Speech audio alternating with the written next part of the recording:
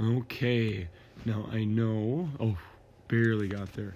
I was thinking that our book was going to be gone. But before you do the book here, just to give us a big reminder, remember we were trying to figure out what's our author's purpose, entertain, inform, or persuade. What did we learn? 2 to 3 key details. What was interesting?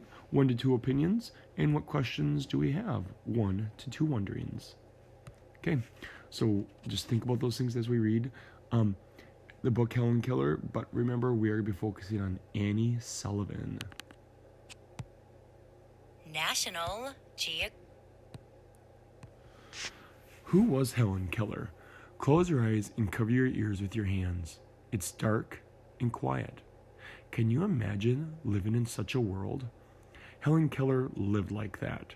She was blind and deaf. But she didn't let that stop her from learning as much as she could. She used what she learned to help other blind or deaf people have better lives. So a couple words: blind, unable to see; deaf, unable to hear. So some good prefixes there. Remember, un meaning not. So not able to see, not able to hear. Helen Keller here is featured on the Alabama State Quarter. So just kind of a cool, fast, fun fact. In Keller's time, disabled people were often ignored or sent to live away from their families. Keller worked to change how others thought about disabled people. She wrote articles and books. She traveled the world and spoke out. She inspired disabled people with her courage. She helped change unfair treatment for other people too.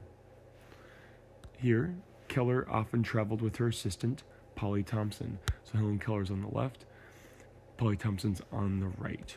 In her own words, life is a daring adventure or nothing. Words to know: disabled, having a condition that limits a person's ability to do something as others do. Growing up, Keller was born on June 27, 1880. She lived with her family in Tuscumbia, Alabama, USA.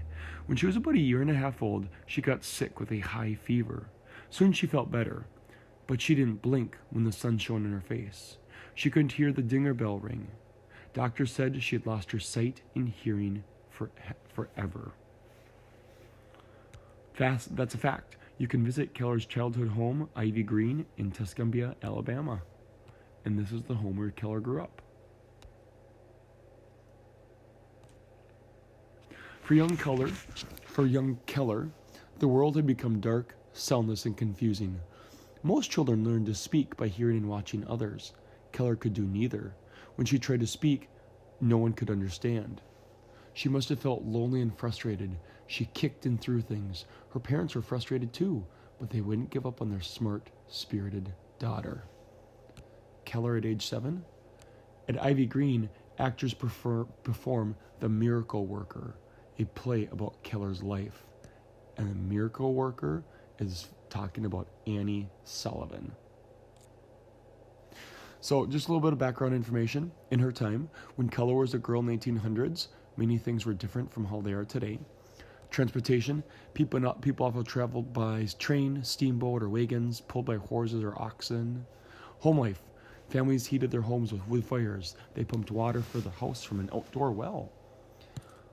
U.S. events: when Grover Cleveland became president of the United States in 1885, women did not have the right to vote. Food: few people shopped in stores for food. Instead, they raised farm animals. They also grew fruits and vegetables to feed their families. School: children were taught at home or in one-room schoolhouses. Children in wealthy families might attend boarding schools. So remember, anytime we're reading these biographies, we can learn more about what life was like at that time. Learning letters and words. A few years later, Keller's mother read about a school for blind and deaf children.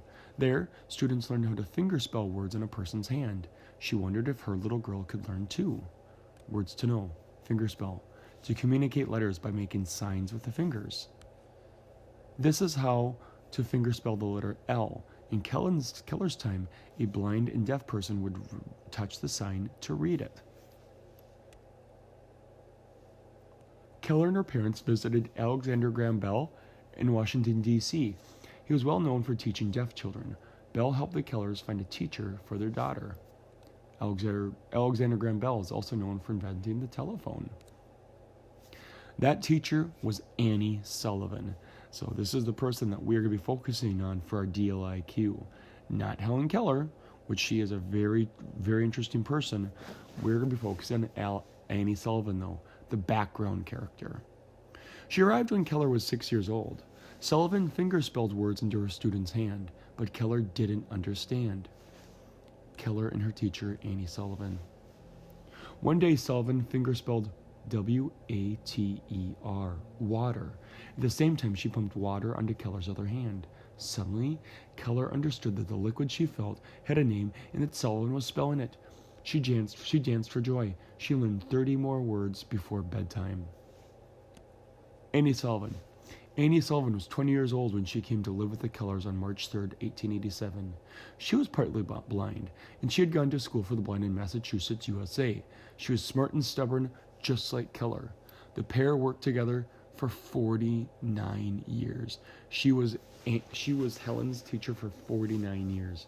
Because of her success in helping Keller, Sullivan was called a miracle worker. Actors show Sullivan pumping water into Keller. Keller couldn't wait. Show Sullivan pumping water into Keller's hands. Keller couldn't wait to learn more. Within a year, she knew more than 900 words. She mastered Braille and typing by age 10. And Braille is a reading system with raised dots that stand for letters and numbers that are on a page like that. A person reading Braille. So she mastered Braille and typing by age 10. Later, she attended high school in New York City. Sullivan went with Keller and fingerspelled for her. At the time, few disabled people went to college, but Keller did. She insisted on the same treatment as other students. With Sullivan's help, she read books and wrote papers. Keller graduated from Radcliffe College in 1904. So in this book, it talks just a tiny little bit more about Annie Sullivan, like this one right here. With Sullivan's help, Keller learned by doing. She rode horses, went swimming and sledding, and touched tadpoles. So all of that cool stuff she did with the help from Annie Sullivan. And that's where it does stop, though. So that's where I'm going to stop, because I'm doing my DLIQ about Annie Sullivan. Now, if you want to read more about Helen Keller, please come back. Because it really is great.